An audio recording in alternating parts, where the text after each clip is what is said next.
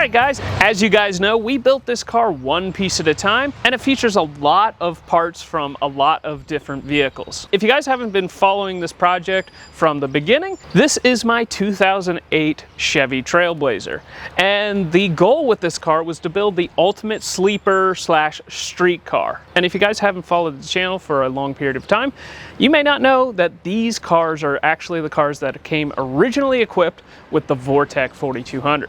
And we are a huge fan of that engine. We've done tons of development on it over the years. We've made over 1,000 wheel horsepower with a built 4200 in the past. And it's time that we've done one in its original habitat. All right, guys, it is time to take Project Johnny Cash to the track. Johnny Cash, getting ready to make pounds.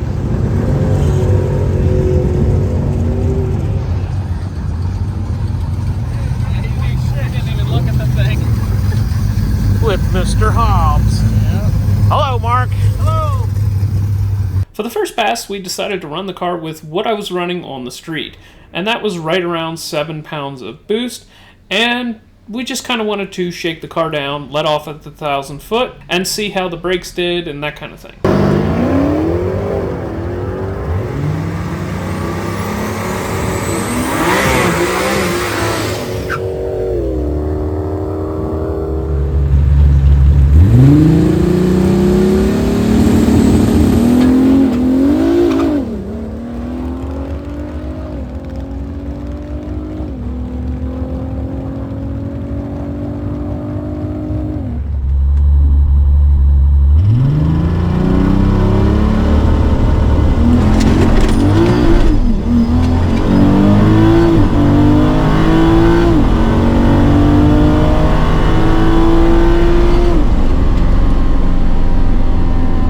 This was an excellent shakedown pass, but definitely not enough horsepower for what we wanted to do. So it was time to turn up the boost a tad.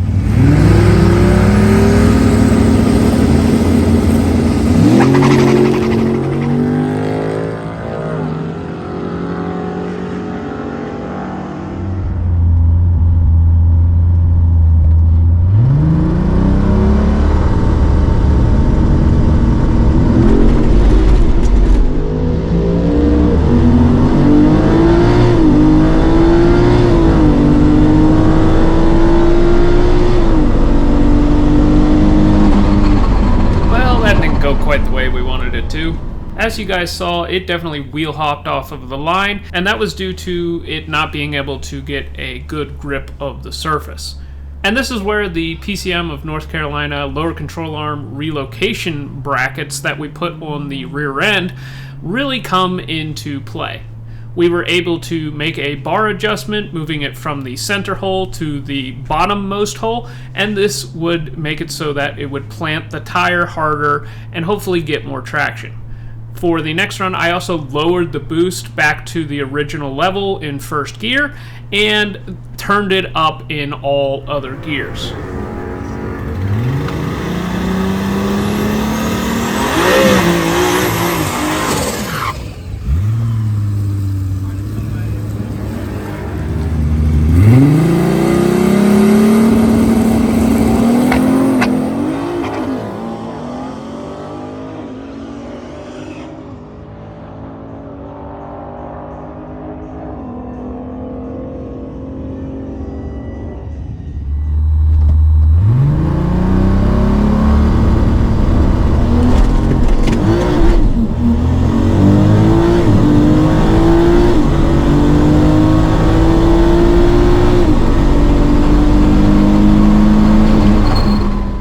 That's more like it. This time we got traction off of the line, and it was pretty clear that it could take more. So I turned up the boost slightly in first gear, and I gave it a lot more in the other gears. So let's see what a little more power does, and see if we can get a 10-second pass out of this thing.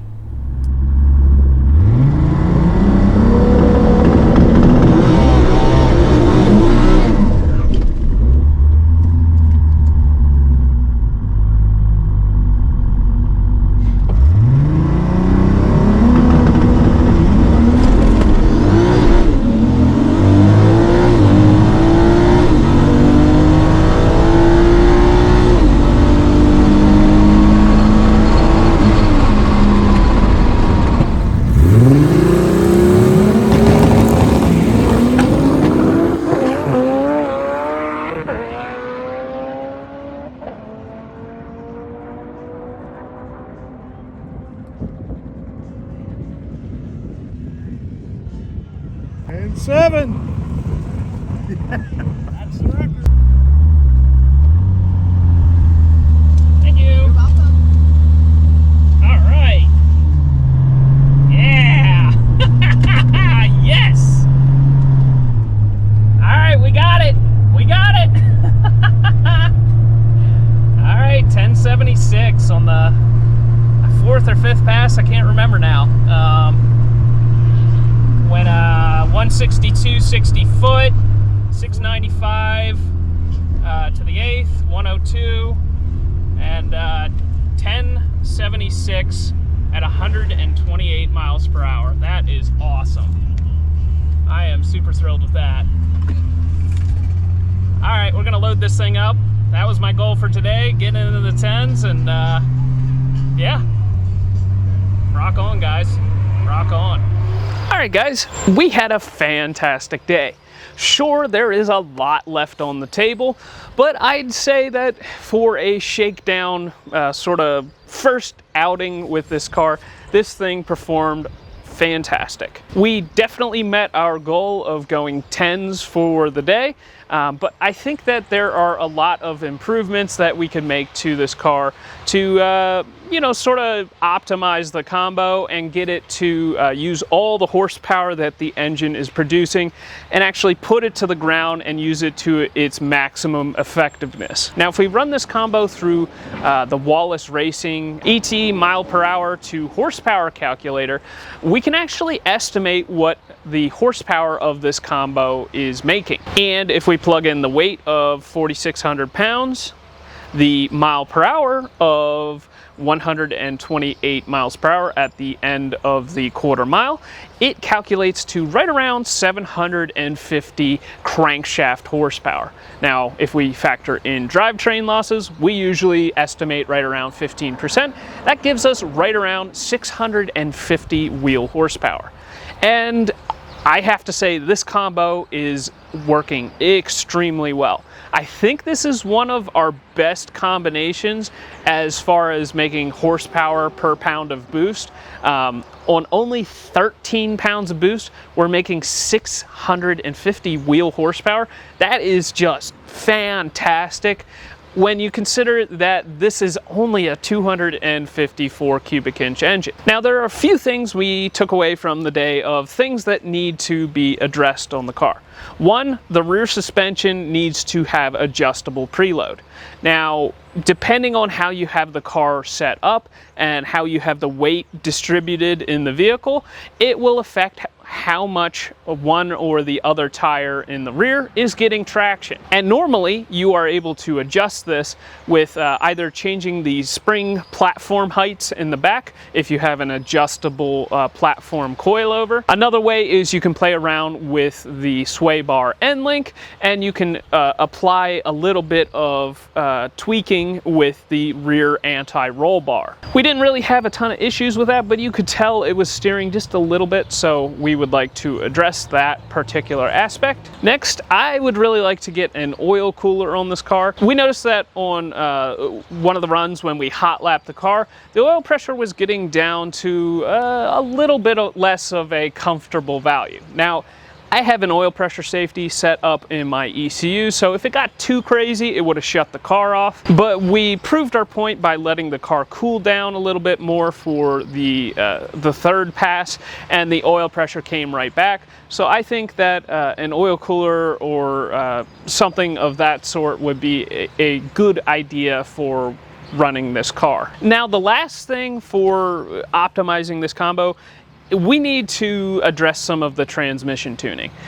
If you guys noticed on the 1076 pass, it was shifting into third almost immediately, and it was locking up the torque converter very early in the run. But we're probably going to try just putting the car in second and launching in second the next time that we are out. Now, to give you guys a brief overview of the setup that we have here, it is a 2008 Vortec 4200 with a VS Racing 8075 G42 turbo. It's a homemade exhaust manifold, a homemade intake manifold, a tractor trailer intercooler. We're running some Snake Eater 1100cc drop-in Atlas series injectors, and the car is being run on E85. We are using a combination of a Max ECU Street and the stock E67 ECU that comes factory on these vehicles. The Max ECU Street is managing the fuel spark and the variable valve timing, and the factory ECU is managing the throttle control. From the flywheel back, we have a Circle D 4000 stall torque converter with a Dodge 8HP70, and we are running the Max ECU firmware, which allows us to have trans brake in first and second, and really just opens up the capability of the transmission itself. For the drive shaft, I gotta say a huge thanks to Ottawa Drive Shaft. They hooked us up with an aluminum collapsible drive shaft for this project. And for the rear end, we converted to a Ford 8.8 with a set of 410 gear ratio gears. And for where the rubber meets the road, we're running a set of 15x10 wheels with some 255 6015 ETSS Mickey Thompson drag radials. Now, the reason that we chose this particular Trailblazer is, one, it wasn't rusted to crap, and two, it is a 2008. Now, if you guys aren't familiar, NHRA has a lot of safety rules, and one of the safety rules that they recently updated was that 2008 and later vehicles, they do not require any roll bar, any roll cage in the car to go 10.00 in the quarter mile. Now, this would normally require at least a roll bar, meaning just a bar that goes over your head, a door bar, and some bars that go back. But because this car has much better safety than, say, something from the 60s, NHRA does not require anything to be altered on this car as long as you keep all of the original safety equipment, such as airbags, crash structures, and that sort of thing. So leave a comment down below. Are you impressed with this combo? I know that I am. 13 pounds of boost on a 254 cubic inch engine. Like, this engine is way over 1 horsepower per cubic inch, naturally aspirated, and the fact that we are getting 128 miles per hour out of this thing, I am very, very thrilled with this thing. So make sure that you leave a comment down below. And also, what would you change? Is there something that you see that you think that we could address to gain a little bit of ET or mile per hour? You guys aren't going to believe this. My mom just got a Trailblazer. Maybe we can do like twin turbos on it, or like, I don't know. But of course it can't be faster than mine. What the heck is that? What did you buy? What does it look like, Apple? That's not a Trailblazer. That's a Trailblazer. That is not a Trailblazer. It is a Trailblazer. See? Look. A Trailblazer. What? You're crazy. That's not a Trailblazer. I mean, I like the color. Pop the hood. It's fountain blue. Fountain blue, huh? Let me see what's under here. It's missing half the engine. It goes really good. Oh, does it? Yes. Well, did your Trailblazer come with a turbo from the factory? No, but Look. I mean, that's a little one. I bet it doesn't make that much horsepower. I mean, it's only a 3-cylinder. Like, it should have a 6-cylinder, and it's mounted the wrong way. Well, how many speeds does your transmission have? 8. Mine comes with 9. So, that doesn't mean anything. Yeah, it does. You're just jealous because mine is blue. Yeah, maybe. Yeah, I think so. Shut up.